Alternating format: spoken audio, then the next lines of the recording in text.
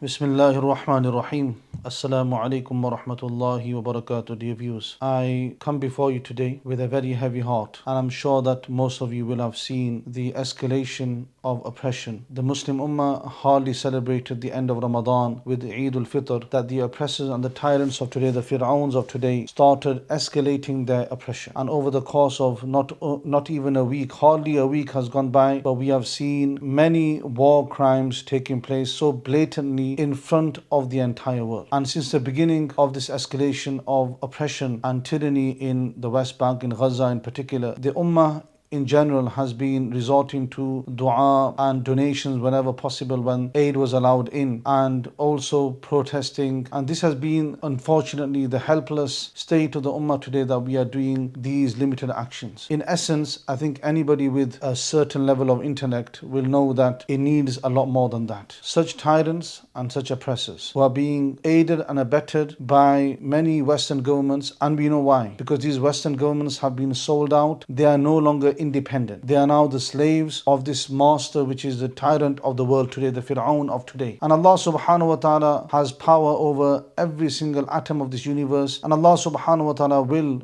as He promises, eventually destroy these oppressors. But what does the ummah need more than ever today? We know that this tyranny of today needs a military solution. It needs power against this power of today. But for the ummah, at the moment which is falling into greater and greater despair, a few verses of the Quran came to my mind which I would like to share with you. So Allah subhanahu wa ta'ala, the sunnah of Allah subhanahu wa ta'ala is that when the greatest of despair comes in, when people start becoming despondent, that is when the help of Allah subhanahu wa ta'ala arrives. Allah subhanahu wa ta'ala says in Surah Al-Baqarah, A'udhu billahi minash shaytanir rajim, Bismillahir Rahmanir Rahim, Am hasibtum an tadkhulul jannata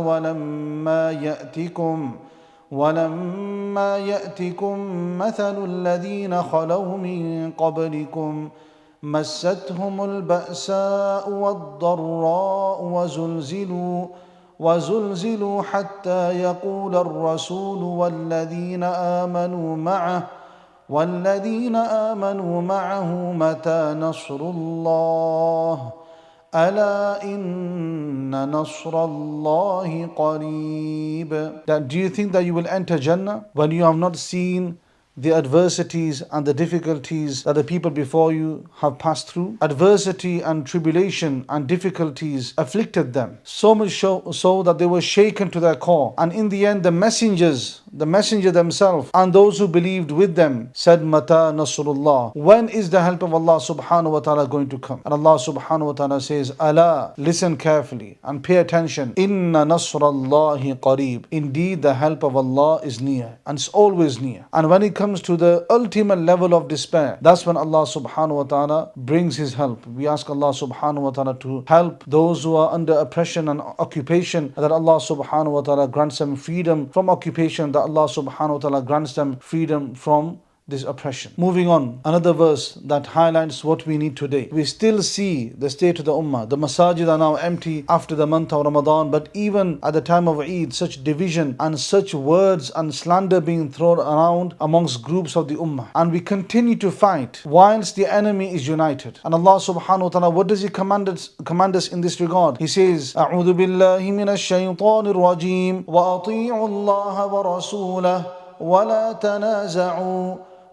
تنازعوا فتفشلوا وتذهب ريحكم واصبروا إن الله مع الصابرين. Obey Allah and His Messenger. ولا تنازعوا, and don't fall into disputes with one another. There are academic disputes or academic disagreements that have been there from the time of the Sahaba radiyallahu anhum ajma'in, and we need to study them, understand them, and respect each and every opinion. But that doesn't mean that we should have discord amongst ourselves, that we debate about them and have differences not of opinion but of our hearts. Why? Because Allah subhanahu wa ta'ala says, فَتَفْشَلُوا, you will lose your courage, you will become discouraged. وَتَذْهَبَ رِيحُكُمْ, and the power that you have with unity, that will vanish and disappear. وَاصْبِرُوا, and be steadfast, be patient, have perseverance. Inna Allah ma'as sabirin. Indeed, Allah subhanahu wa ta'ala and His help is with those who are steadfast. They don't worship Allah subhanahu wa ta'ala because of the month of Ramadan. They don't worship Allah subhanahu wa ta'ala because they are living in freedom or enjoying a luxurious life, but they worship Allah subhanahu wa ta'ala in each and every situation. And until this ummah will not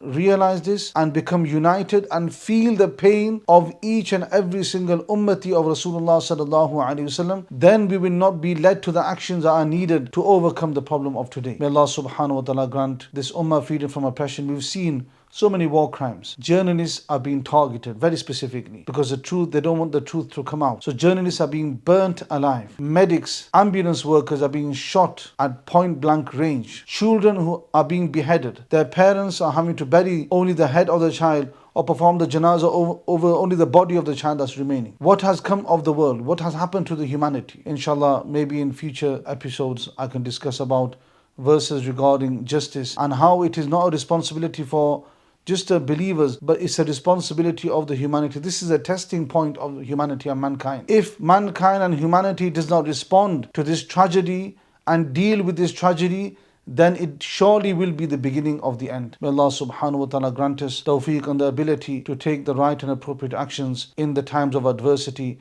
And may Allah subhanahu wa ta'ala guide us towards a solution for the entire mankind and humanity today. Ameen wa akhiru da'wana and alhamdulillahi rabbil alameen.